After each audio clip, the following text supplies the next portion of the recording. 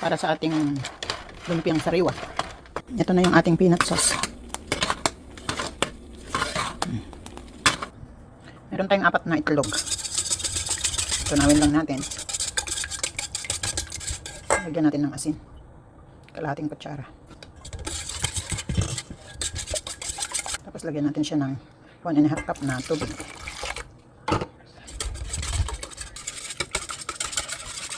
Tapos ilagay natin yung half cup na all-purpose flour at saka half cup na cornstarch. Haluin lang natin siya ng mabuti. Ayan, i-strain natin siya. Ayan, ayan, ayan, kamarot. Ano nga ba kasi? Ayan.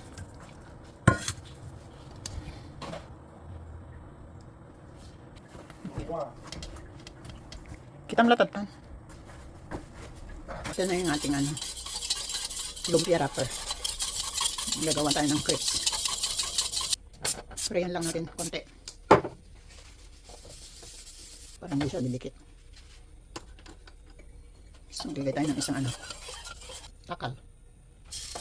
Baliis yan.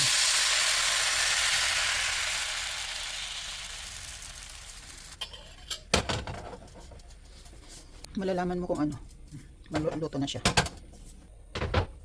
Repeat the process lang.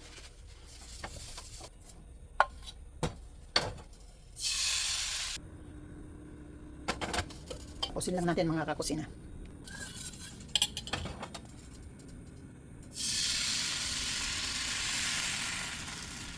Eh, 11 pieces ang ating nagawa sa isang recipe. Malalaki kasi.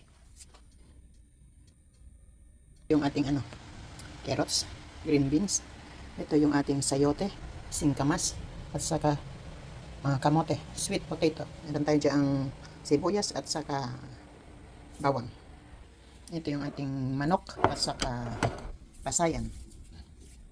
Igisa lang natin lahat.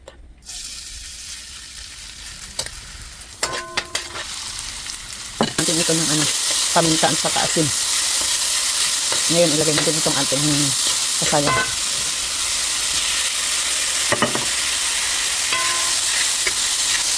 Lagyan natin ng patis. Mga 2 teaspoon. Ngayon ilagay natin yung ating gulay.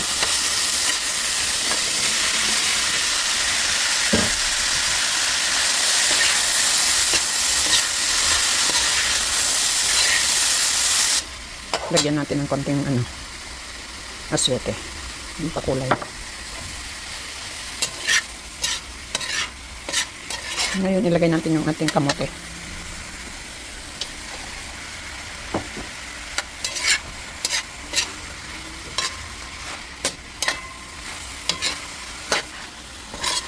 Ngayon ilagay natin yung ating sayote.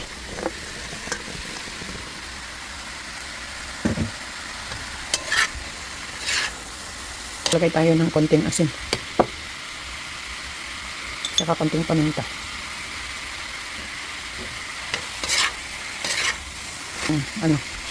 Seasoning.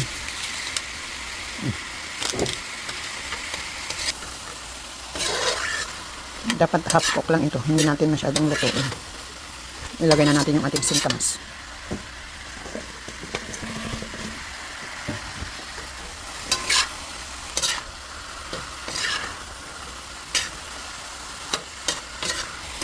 Niluto na ito. Tama na siya.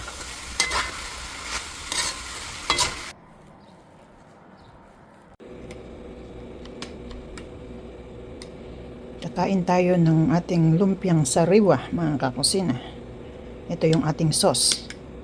Made with garlic and roasted peanuts. Kaya nagko-complement yung niya.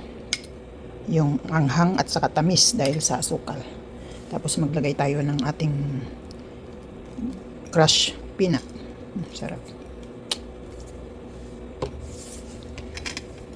Kain tayo mga kakusina. Ito sarap. Kain tayo ng lumpiang sariwa.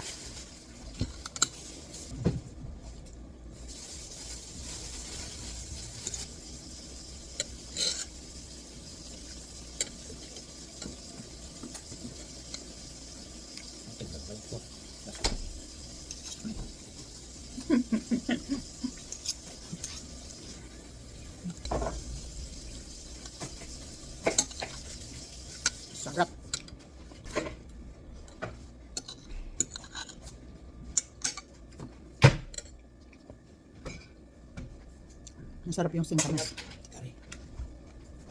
Crunchy.